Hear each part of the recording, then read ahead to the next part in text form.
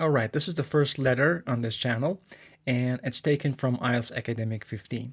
For letters, the first thing to do is to understand the scenario or context and then the instruction.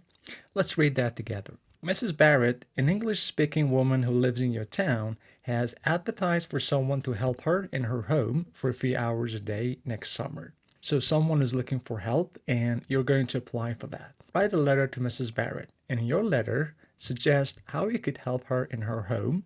Say why you would like to do this work. Explain when, why you will and will not be available.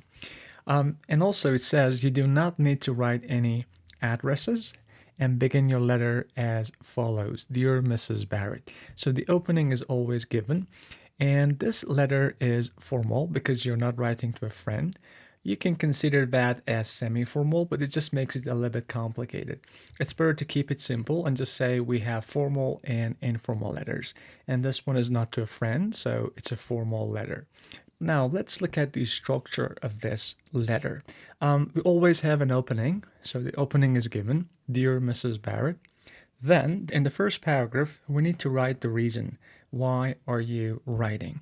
So I'm writing to, so you want to get the job. So you're writing to apply for that job. Do not write I'm writing to because it's not informal, right? In the second paragraph, we cover the first bullet point. You should say how you could help her in her home. So you need to write one paragraph on this part. And then in the third one, I will cover the second bullet point. Say why you would like to do this work. One complete paragraph on this. And then the third bullet point, when, why you will and will not be available. You need to cover that as well. And finally, we have the closing. You could use yours sincerely and yours faithfully, but they're different. For this one, we can use yours sincerely because we have the name, Mrs. Barrett. So when we have the name, you need to use yours sincerely. And when there is no name, like dear sir or madam, you need to use yours faithfully. And then you write your name or any names you want. So the structure is quite simple. Opening, reason, all the bullet points, and then closing. Just make sure you write separate paragraphs on each part and do not mix them, all right? It's important to keep them separate. Now let's start with the first one, the reason. So you're obviously writing to apply for the job, right? I came across your advertisement seeking assistance with household tasks, and I would like to express my interest in helping you during the upcoming season. So where did I get it from? From the prompt. It clearly mentioned that someone is looking for help and you want to be that person. Next, the first bullet point, how you could help her in her home. I can provide support with various household chores and tasks, such as general house cleaning, laundry, gardening, and organizing. I need to explain more, it's a little bit short. I have experience working as a housekeeper and gardener, and I take pride in maintaining a neat and welcoming living environment.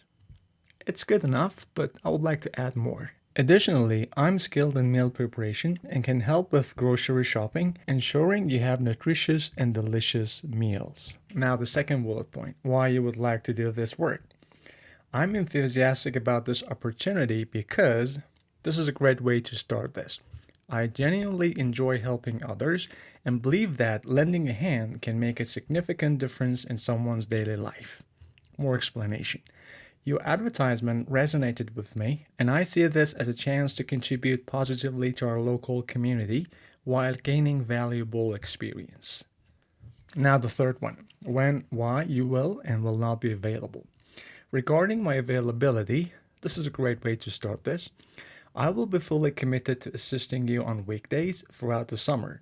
However, I will not be available on weekends as I have prior commitments during those days. Now, I need to explain a little bit what those commitments are. These commitments primarily involve participating in community service activities and volunteering with local organizations where I assist in various projects to make a positive impact. And finally, I need to add the closing. Yours sincerely, and I wrote IELTS time. You could write any made-up names. So this is the final draft. I wrote 194 words for this letter and organized it in 4 paragraphs. In this slide, you will find words and collocations and also phrases that you could also use in your letters. And in the next slide, you will find the points that gave cohesion to my writing. All right, hope you found it useful. Have a nice day.